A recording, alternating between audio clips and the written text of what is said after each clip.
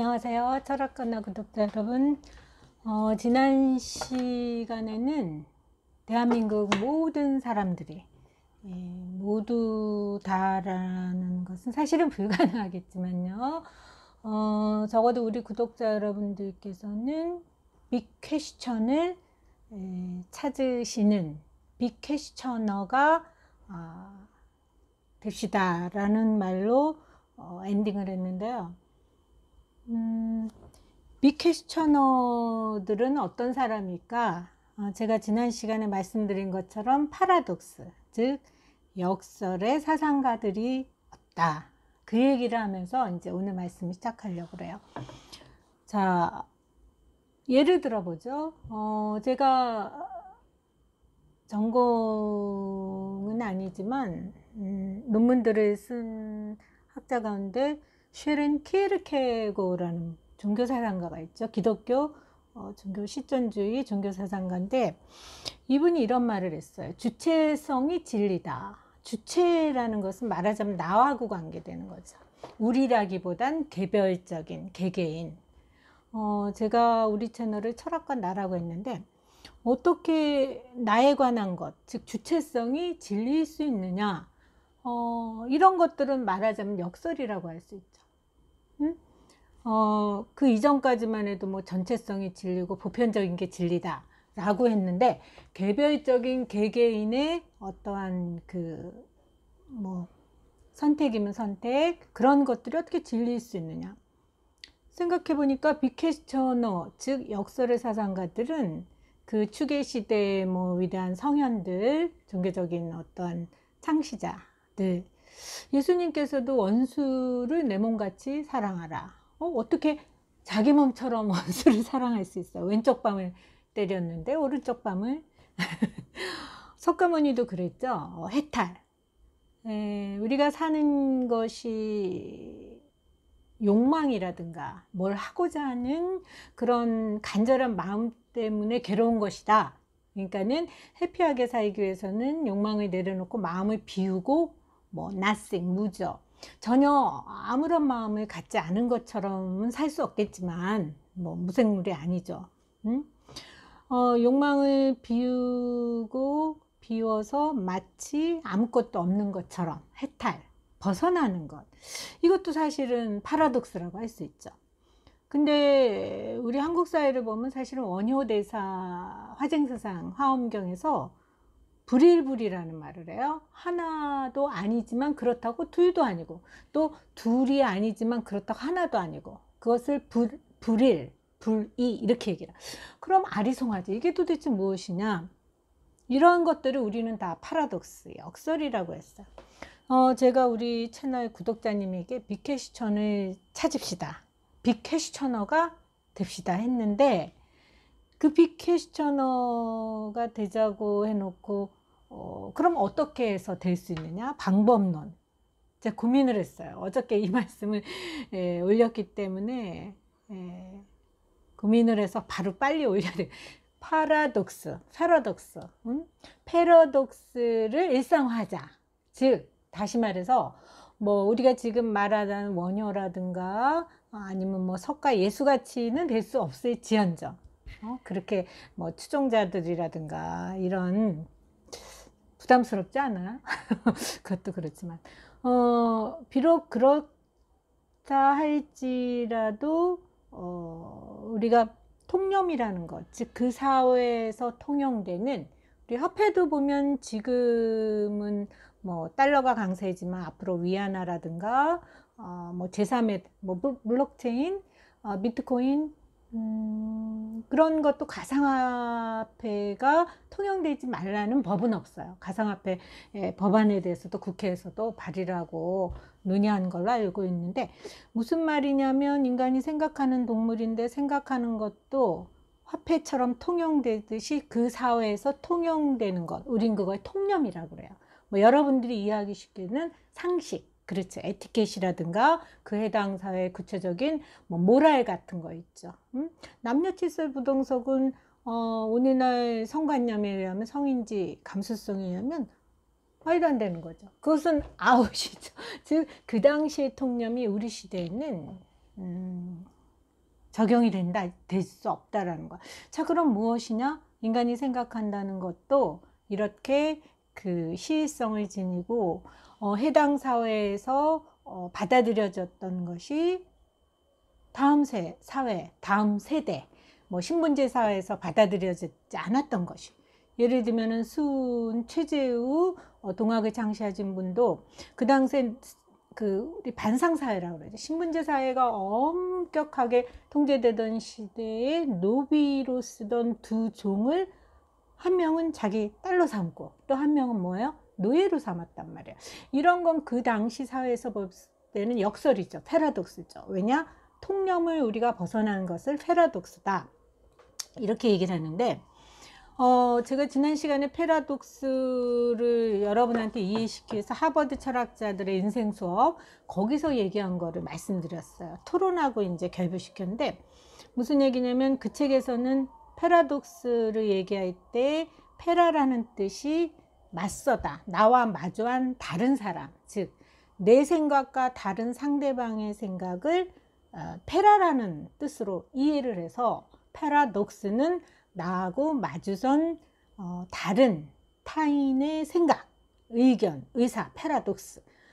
그러면 그 당시에는 진리를 이데아로 고정된 어떤 보편타당한 누구에게나 만인 불변의 공통 언어, 예전에 뭐 에스페란토가 이제 그런 취지로 생겼다고 제가 알고 있는데, 그러한 것들이 이제 이데아라는 그 진리 개념으로 이해됐다고 한다면,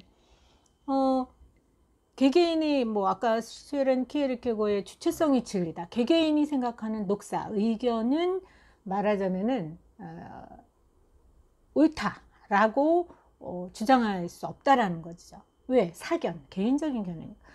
그럼 내가 가진 것은 녹사고 상대방이 가진 건 패러독스인데, 나하고 다르다고 그래서, 이질적이다고 해서 그것을 어포지트, 즉 대립적이다. 당신의 의견은 내 생각과 전혀 이질적이고 반대고 안티다. 요즘 얘기로 하면 안티라는 말을 쓰죠. 디스하고, 안티니까 디스하고, 그것을 갖다가 아웃이야. 이런 것들이 바로 이원론, 듀얼리즘이에요. 이분법적인 사고의 그 정체죠. 제가 이제 다음 시간에는 이원론 아웃이다, 이제 그런 그 타이틀로 또 여러분과 만나려고 지금 준비하고 있는데, 무슨 얘기냐면은 나와 다르다고 그래서, 지금 21세기는 다양성의 시대거든요. 나와 다른 그런 녹사가 무궁무진, 무수하게 이 지구촌만 해도 60, 70억의 사람들이 있지 않아요. 근데 그런 것들을 내가 디스하고 뭐 색안경을 끼고 편견 있냐, 아니면은 나와 전혀 화합할 수 없는 물과 기름이냐, 그렇게 하는 것은 21세기의 이 포스트 모던 시대, 즉 다시 말해서 이분법, 이원론이 해체되고 다양한 것들이 공존하고, 다문화 사회, 다문화 가정, 또는 이런 우리 시대는 한마디로 말해서 역설의 발견 시대다. 즉 다시 말해서 역설이 공존하고 나와 다른 것을, 이질적인 것을 어포지트, 안티로 생각하지 않아야 된다는 것.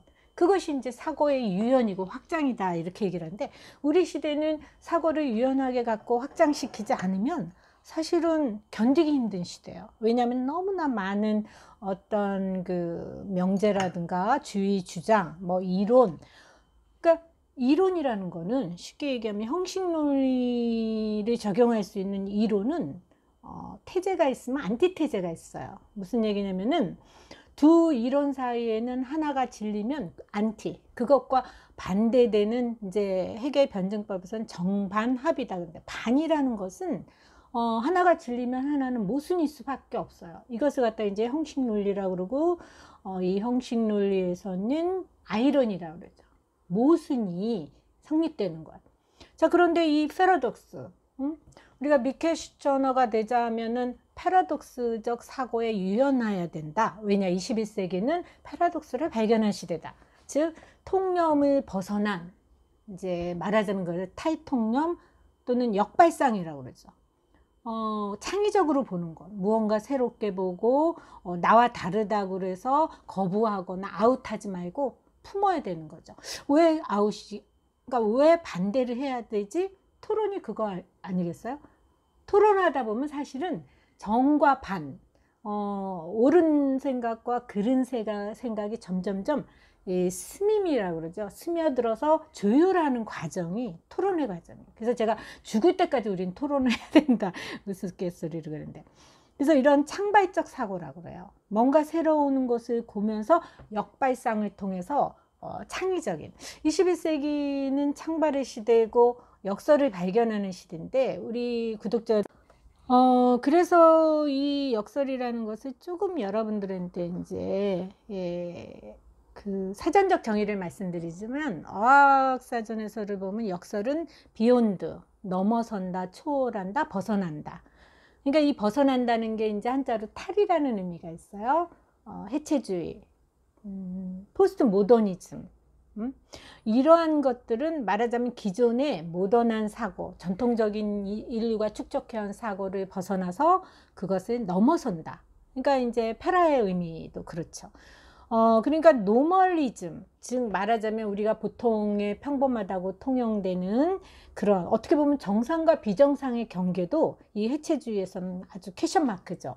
그것은 이제 여러분 구독자님에게 이제 푸코를 통해서도 제가 말씀드릴 기회가 있을 텐데, 예를 들면은 이 파라라는 사전적 의미를 보면 넘어서는 것도 있지만 두 번째는 자격 미달, 함량 미달, 뭐 예를 들면은 부족하다. 자, 그런데 우리가 파라독스를 발견해야 된다. 미퀘셔너가 되려면 그러면 함량이 미달하다든가 우리가 그 사회에서 통용되는 뭐 정상이면 정상 이런 것에 대해서 계속 퀘션을 제기해야 된다는 거죠. 내가 좀 부족하지만 이게 왜 내가 그렇다고 해서 비정상이야? 아니라는 거죠. 그것에 이제 전선 프론티어에서 생각을 열심히 하신 분들이 바로 이제 프랑스의 많은 그 해체주의 사상가들인데, 그 파라라는 뜻을 그 해체주의 사상가 중에 한 명이 이제 눌레즈라는 프랑스 사상가는 이렇게 얘기를 해요. 파라라는 것은 투라는 의미다. 우리가 인생은 단 한 번의 길이기 때문에 그 길이 정답인 줄 알고 열심히들 살아가고 있지만 그렇다고 해서 그 길이 정답일 수는 없다. 왜? 무슨 말이냐면 그 길 말고 two ways, 파라라는 건 투고 독스는 이제 늘레즈가 해석하기는 two ways, 길이다 이렇게 얘기를 해요. 자, 그럼 이 얘기가 무엇이냐? 역설이라는 것은 우리가 인생에 한 번 길을 갈 수밖에 없기 때문에 놓칠 수 있는 다른 길에 대해서 시선을 주고 그것에 대해서 우리가 왜 이 길은 내가 갈 수 없지? 라는 물음을 던지는 것. 그것이 이제 말하자면 역설일 수 있다라는 거죠. 그렇다고 그래서 우리 구독자 여러분들이 경계해야 될 것은 내가 이 길을 때려치우고 가고 싶은 욕망하는 이 길로 올인한다? 그러라는 얘기는 아니고 어차피 우리는 한 길만 갈 수밖에 없어요. 마르셀 프루스트의 가지 않은 길이라는 시가 있잖아요. 저만큼 걸어가다가 뒤에 들여다보고 뒤를 돌아다보고 내가 걸어온 길을 생각하죠. 이 길이 아니면 나는 다른 길로 갈 수 있었어. 그것은 원래 허용될 수 없는 거 아니에요? 왜냐하면 우리는 단 하나의 길을 갈 수밖에 없잖아요. 그렇다고 해서 그 길이 정답이냐? 독성과 뭐 오만 속에 빠져서 예를 들면은 내가 이만큼 위치에 있고 이만한 것을 가졌으니 내가 갖지 못한 것, 그런 것들을 뭐 폄하하거나 그런 것의 가치를 예를 들면은 자연인의 가치를 폄하하거나 그런 것들은 그 역설적 사고가 아니라고 할 수 있죠. 그래서 우리가 제가 여러분에게 빅퀘스처너가 되자라고 말씀드렸잖아요. 그래서 역설에 대해서 여러분들이 좀 들여다보는 그런 시간이 됐으면 하고, 오늘은 짧은 말씀이지만 이 정도로 마치고, 다음에는 이 역설이 그렇다고 한다면 왜 통념에 벗어난다고 우리는 색안경을 끼고 이것을 그 노말, 노말이라는 것은 말하자면 평균적인, 뭐 정상이면 정상, 그런 것을 abnormal, 그 비정상적인 것으로 폄하하게 되었을까? 그것은 인간이 이 사고에 말하자면 저는 그 가장 근본적인 오류라고 생각해요. 그것이 뭐냐? 니커미죠. 즉 이분법적. 모든 것을 뭐 아니면 도다, O 아니면 X다. 이것은 사실은 사고를 하는데 가장 효율적인 하나의 방법론이죠. 그렇기 때문에 이분법은 설득력이 있었고 인류의 그 어떤 문명을 쌓아오는데 대표적인 사고 방법론이었어요. 그것이 이제 20세기 중반 전후로 깨지게 되죠. 그 프론티어, 그걸 깨뜨리는 선두주자가 제가 우리 채널 소개도 했지만 데카르트의 이원론을 비판하고 극복한 앙리 베르그송, 제가 전공한 그 철학자죠. 그래서 이원론 아웃이라는 제목으로 다음에 여러분들을 만나고자 합니다. 자, 오늘도 감사했습니다.